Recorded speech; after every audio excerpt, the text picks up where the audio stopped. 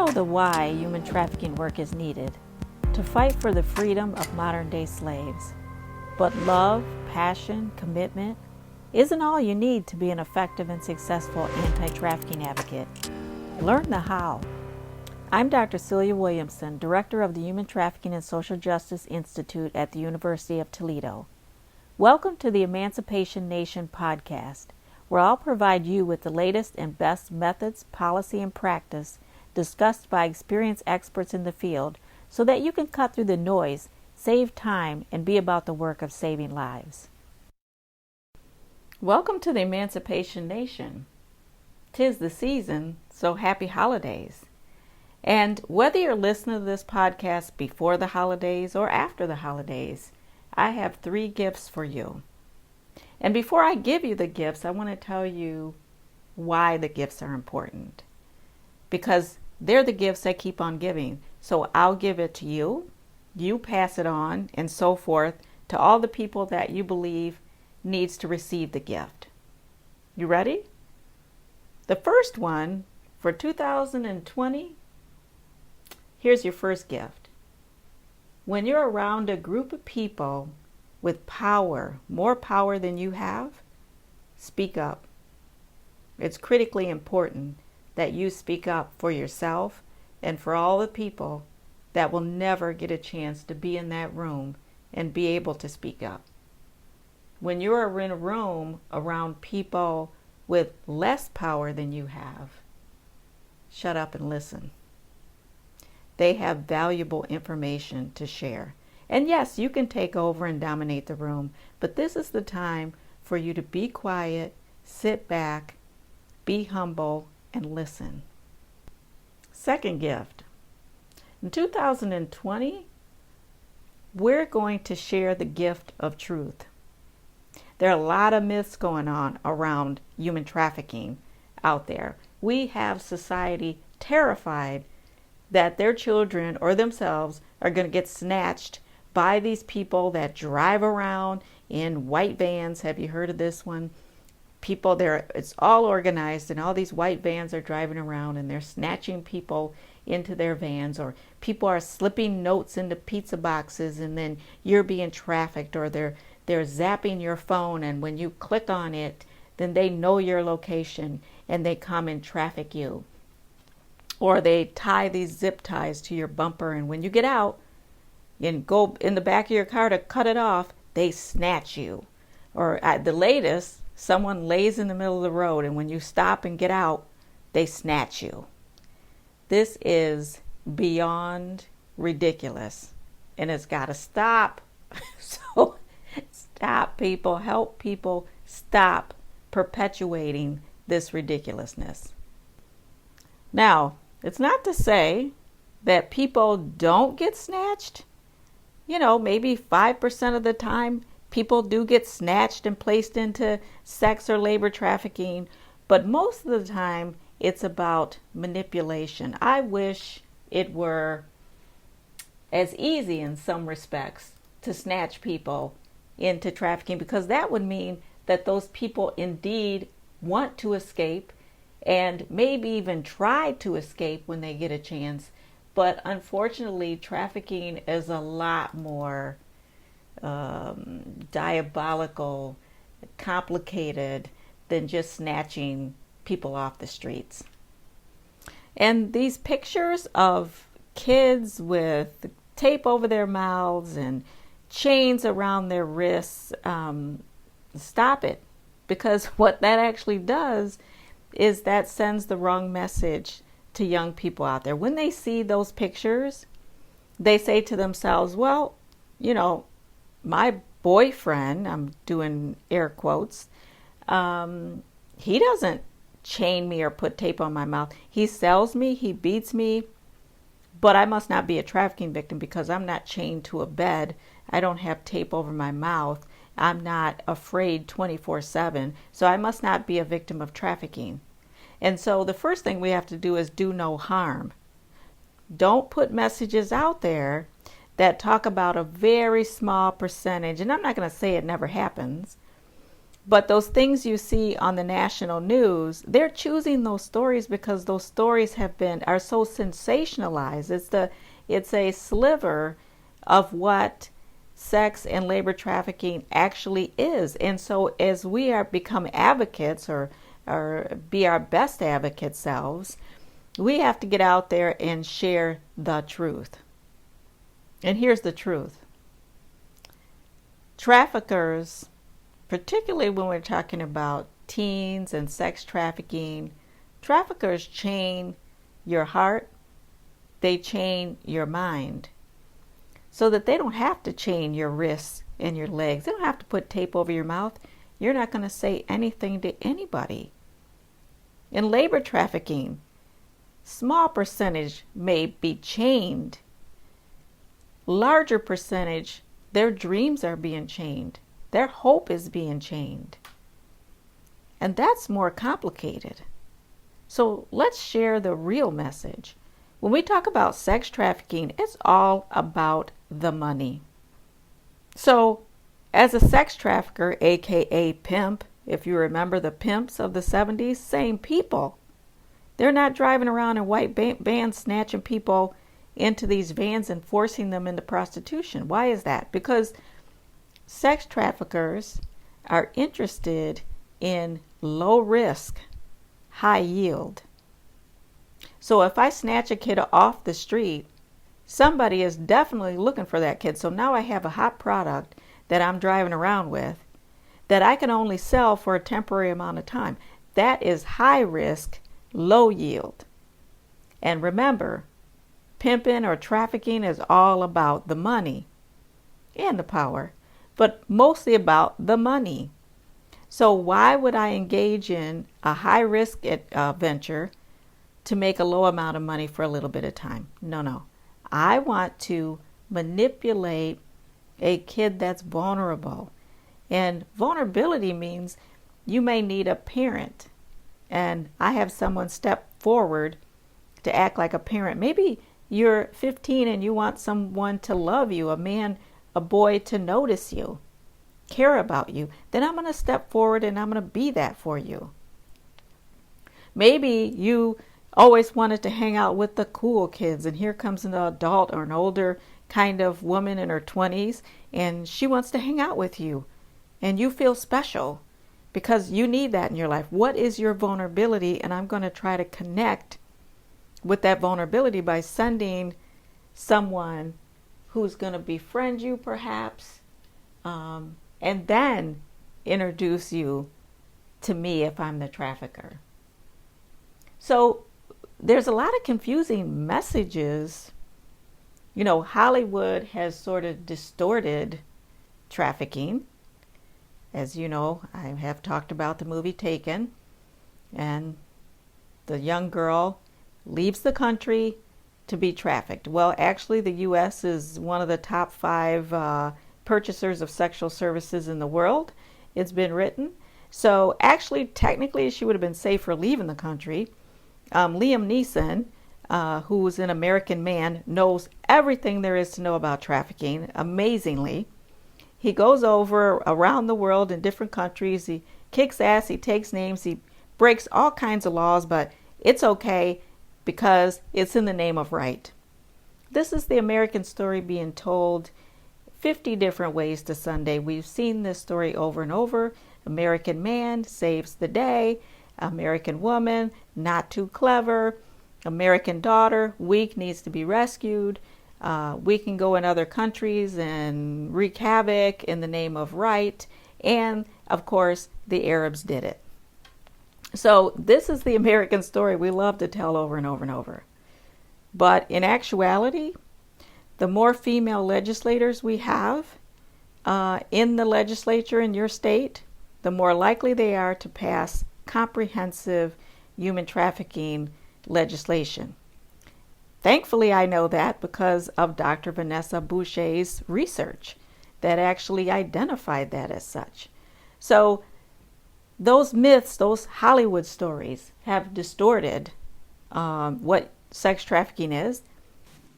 So those kids most at risk, are those kids that are runaways, have been homeless, involved in child protection, juvenile court, kids that may have educational difficulties. These are vulnerable kids, kids that have been molested or sexually assaulted.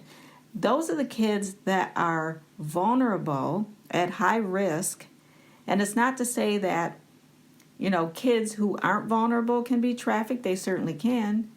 But the percentage of kids who are not really vulnerable, who have a lot of protective factors, are less likely to be trafficked than kids who are vulnerable. And let me tell you what happens when we keep perpetuating these myths about snatching and grabbing, which actually indicates more about kidnapping than it does about trafficking. But when we do that, then legislators and people with power who can open doors and who have deep pockets, they hear those myths, they hear those caricatures of what trafficking really is, and they start to fund things that speak to those myths. And they start to protect kids and people and families who aren't really all that vulnerable. And then guess who's not protected? Right, exactly. And so the kids, the families, the neighborhoods, the people that really need the protections, the resources, people to come in and help, they don't receive that, because it's going to the people and the families who really, really don't need it in the first place. And we call that institutionalized privilege. And so if we really want to be helpful, whenever we have the chance, let's tell people the truth. I can't tell you how many, not a week goes by that somebody doesn't direct message me, or one of my friends or somebody I know doesn't walk up to me and say, hey, I'm going to make sure that my granddaughter never gets snatched and get caught up in this trafficking.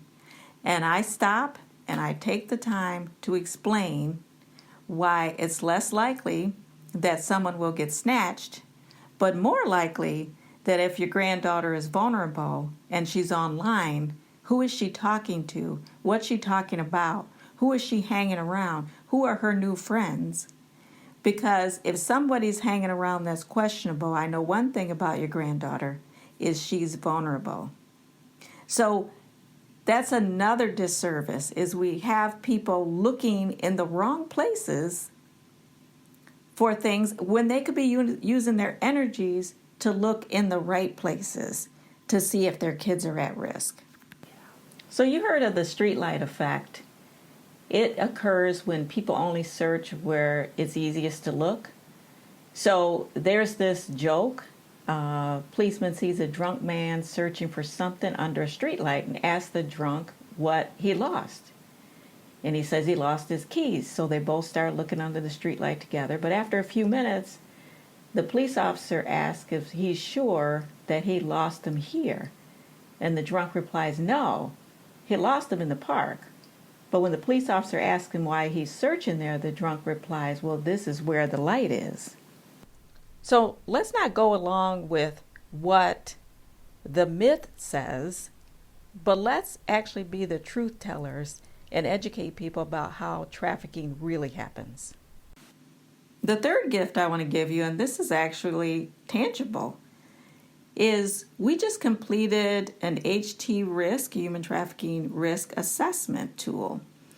We looked at 355 government and non-government reports, peer-reviewed articles, and put together this assessment tool to find out which young people are at risk and which young people are at low risk. So I guess low risk and higher risk. And we actually had 450 young people take the tool so that we could better analyze it.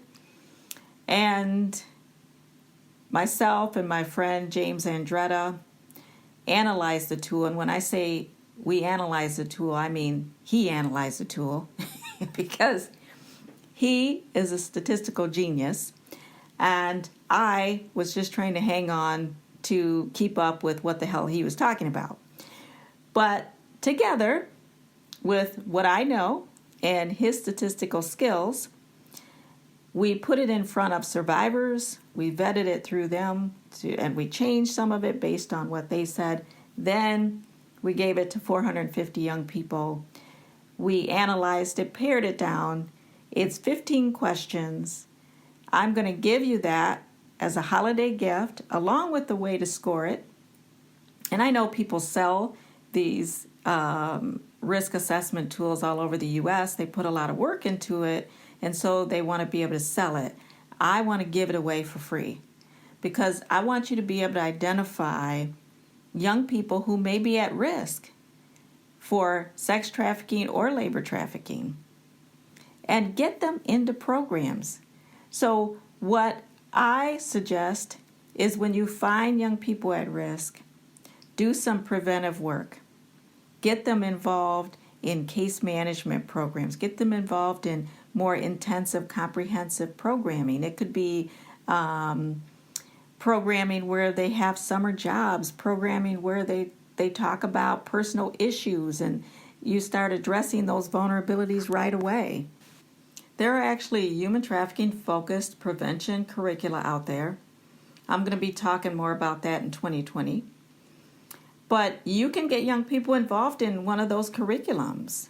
I'm a fan of a curriculum that is built for kids at risk as opposed to a curriculum built for a general population of youth because, again, I think the message has gotten out there that any child can be trafficked. And what people have done is ignored the entire body of literature that tells you exactly who is at risk. And they've ignored that literature and they've designed a curricula just for any kid that goes to school, whether it's in the suburbs, a middle-class neighborhood, low-income neighborhood,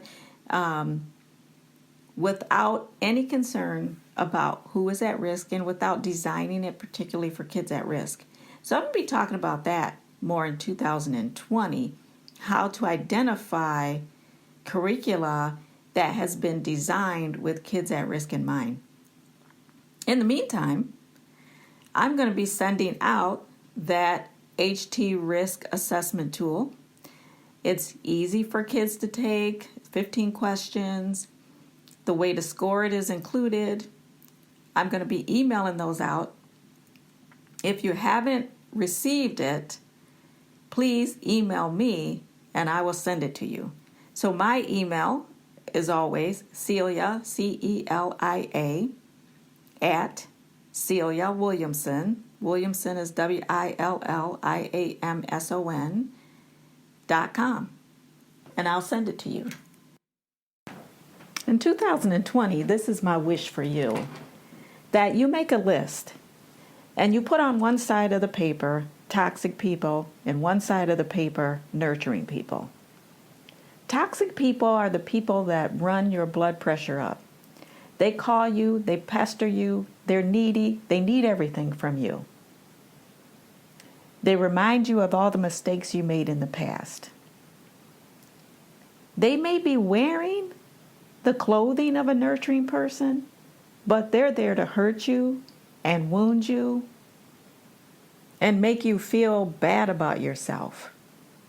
Again, reminding you of the mistakes you made in the past, telling you why try.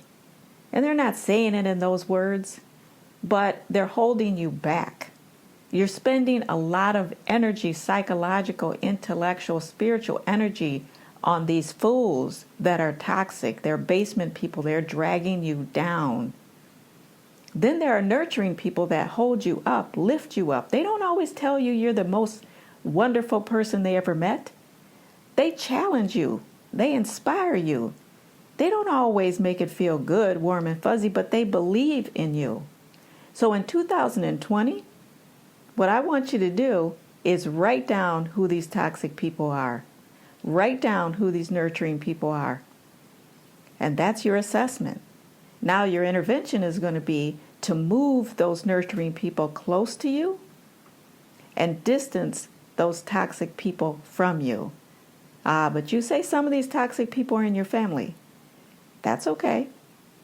You know, when people call me on the cell phone, for example, when the phone rings, that's just a suggestion. That doesn't mean I'm required to answer the phone. or I'm required to spend time with you.